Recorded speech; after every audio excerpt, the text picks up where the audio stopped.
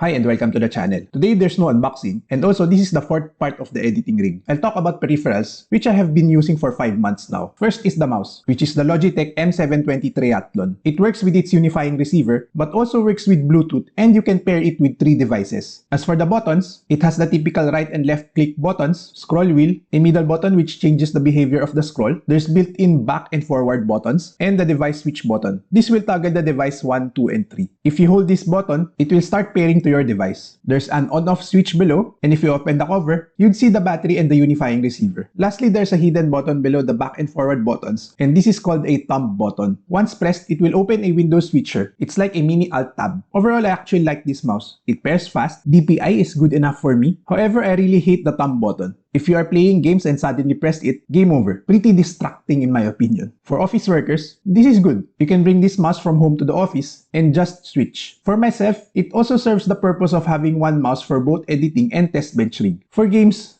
no. If I have to choose again, I just choose this Ugreen mouse with 2.4G and Bluetooth connectivity. I wouldn't say it's perfect as I had one issue in one of my purchases, but it's cheap and good enough. Moving on, the next peripheral is this Royal Kludge RK98. So before, I actually unboxed and tried to review keyboards. I had the Akko PC75 Chinese New Year edition. I also reviewed the Royal Kludge RK61. I gave praise to a Red Dragon Horus keyboard at the time as well. I have another Red Dragon Knight keyboard which is mechanical but has soldered switches. And I have no issues with it since 2021. For work, I used this Logitech K580. No issues since 2020. I stopped reviewing keyboards as I was not really interested in it. Some keyboards would really need extensive testing, and in fact, I threw away the Red Dragon Horus as it was just a broken switch one after another. Akko PC75 had around 5 broken switches after 8 months, and so I needed to buy new switches. However, RK61 is really good and long-lasting in terms of battery life. There are a few complaints though. One, I need those dedicated F keys for typing. Believe it or not, I use F2 to rename files or edit the cell in Excel. Of course, Alt F4, which would be Alt FN4 in this case. I work with numbers and FPS averages, so this forward slash should also be dedicated. To add to point number 2, a dedicated numpad would also be ideal. There's a combination of keys that will make the F keys default and not the numbers, which is sometimes annoying as well. All of those are key layout complaints though, and nothing much about the product. With that, I was open with RK and tried the RK98. Main reason for choosing this is to address the RK61 complaints, but also because of its connectivity. It has 3 Bluetooth connections, wireless dongle, and wired via USB-C. Other than that, it is pretty much a standard keyboard that I like. I have been using this for 5 months now, and overall, I would say I'm happy with it. But of course, there are complaints with it. First is the Bluetooth.